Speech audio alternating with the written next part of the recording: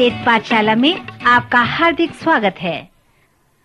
परमेश्वर का वचन जीवित, पवित्र एवं सामर्थी है। आशा है कि आज के वचन से आपको आत्मिक लाभ होगा। तो लीजिए प्रस्तुत है ये संदेश। प्रिय श्रोता मित्र, प्रेमी प्रभु यीशु के पवित्र नाम में आपको मेरा नमस्कार।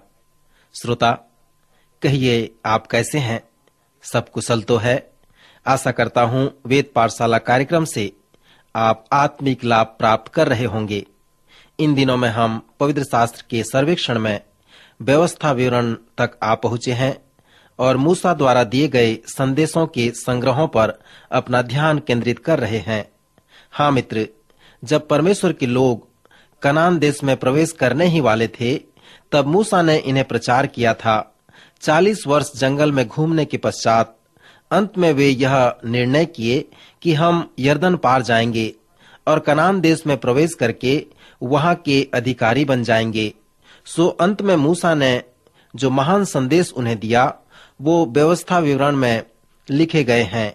पिछले अध्ययन में हमने मूसा द्वारा दिए गए संदेश से परमेश्वर के अनुग्रह के विषय में सीखा था, जो व्यवस्था विवरण के 9वें अध्याय के प्रथम 6 पद में पाया जाता है।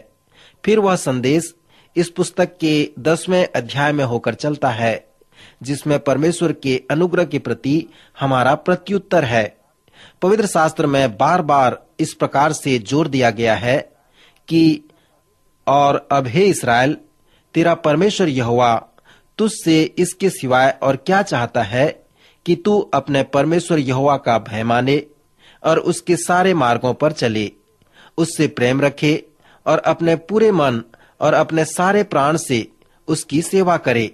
और यहोवा की जो जो आज्ञा और विधि मैं आज तुझे सुनाता हूँ, उनको ग्रहण करे, जिससे तेरा भला हो।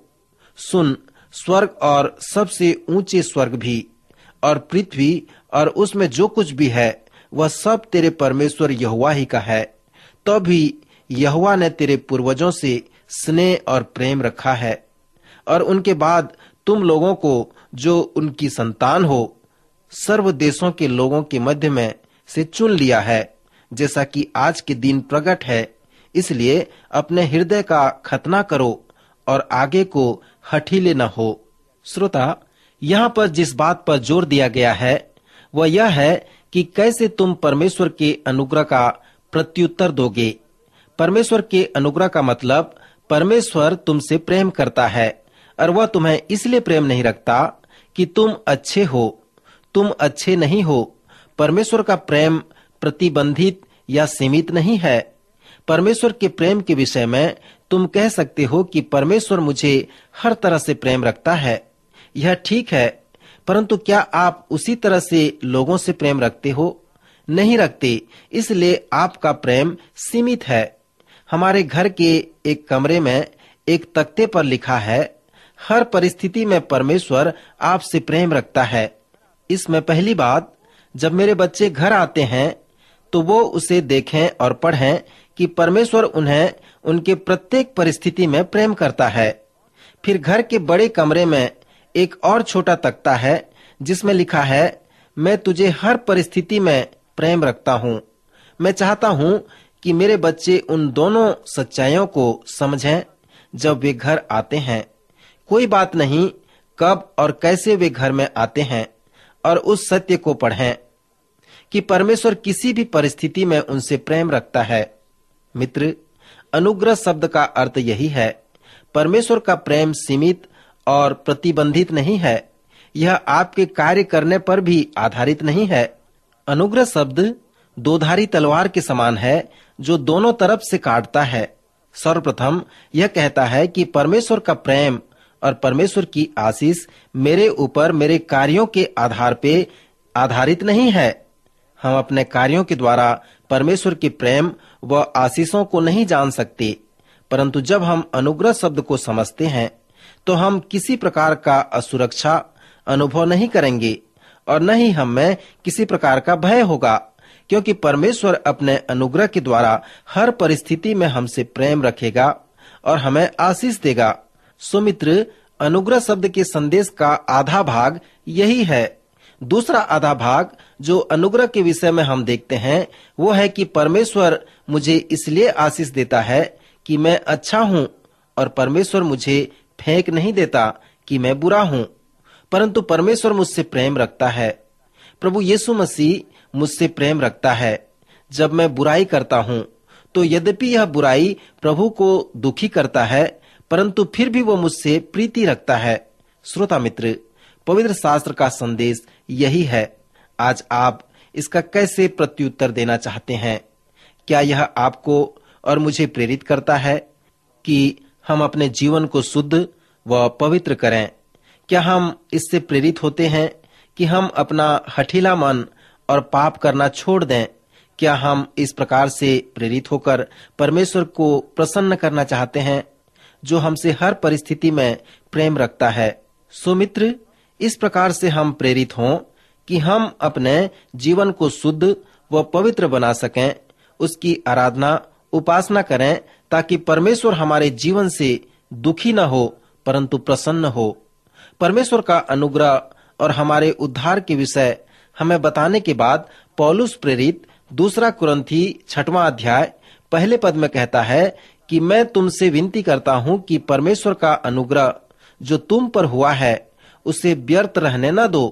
परमेश्वर ने अपनी आज्ञा में मूसा के द्वारा हमसे कहा है कि वह नियम, उद्देश्य और योजना का परमेश्वर है।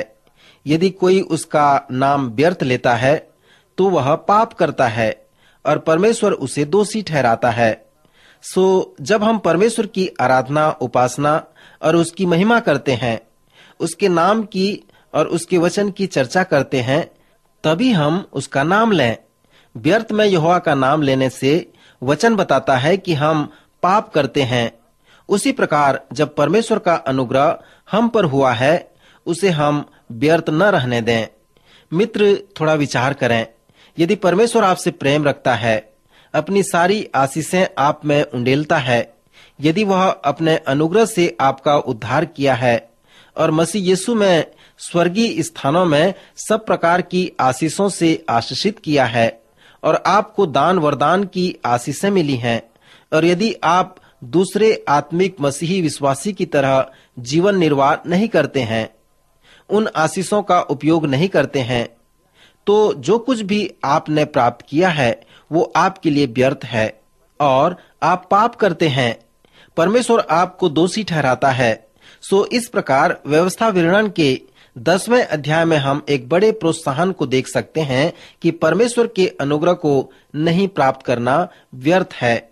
यदि हम परमेश्वर को प्रथम स्थान देते हुए उससे संबंध बनाते हैं, अपना समर्पण उसके हाथ कर देते हैं और बाद में मन फेर लेते हैं, उससे संबंध तोड़ देते हैं, तो हम गंभीर पाप करते हैं।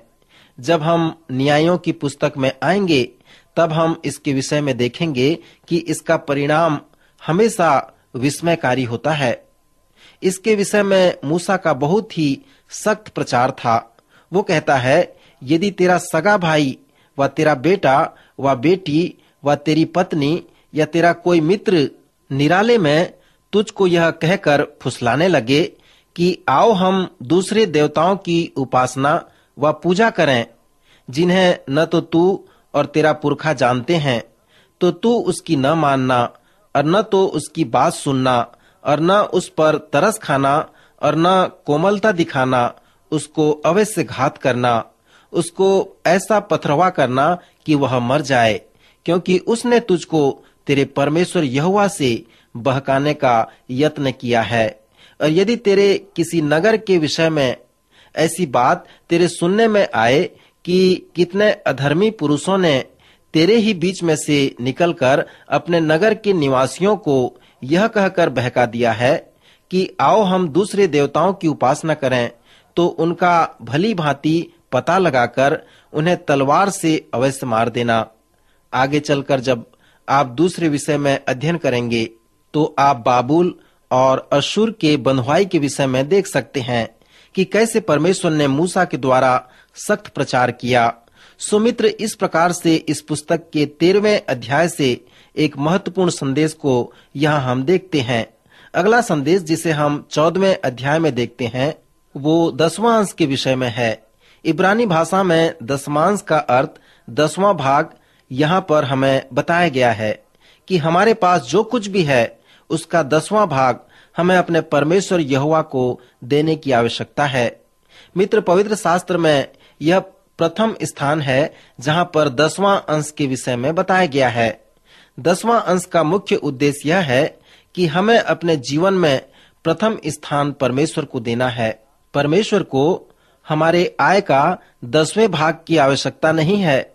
उसने इस बात को अपनी व्यवस्था और आज्ञा में भी नहीं रखा, क्योंकि परमेश्वर पिता इससे हमें कुछ और बताना चाहता है।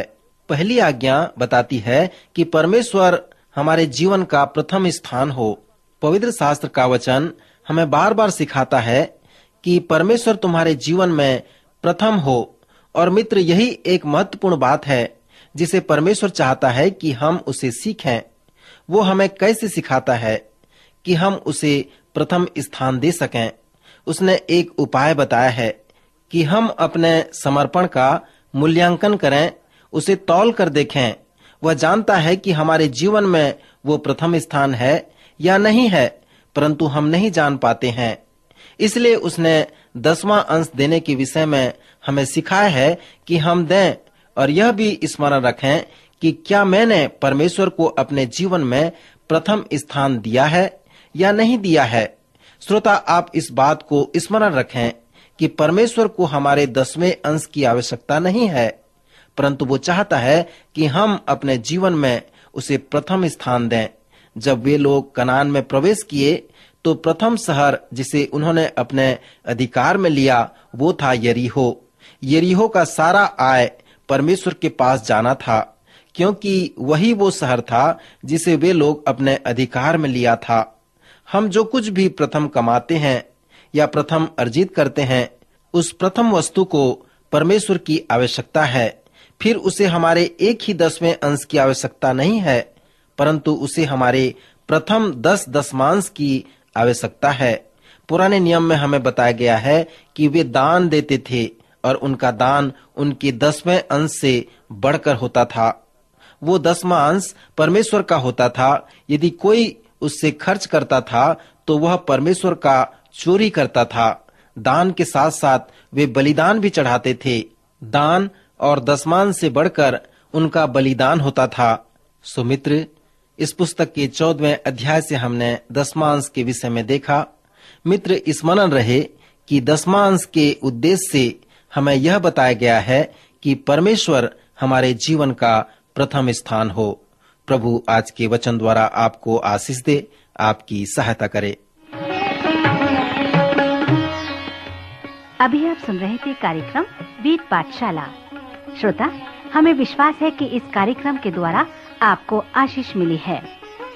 यदि इस कार्यक्रम के विषय में अधिक जानकारी प्राप्त करना चाहते हैं या बाइबल अध्ययन से संबंधित कोई प्रश्न हमसे पूछना चाहते हैं, तो आप हमें इस पते पर लिखें।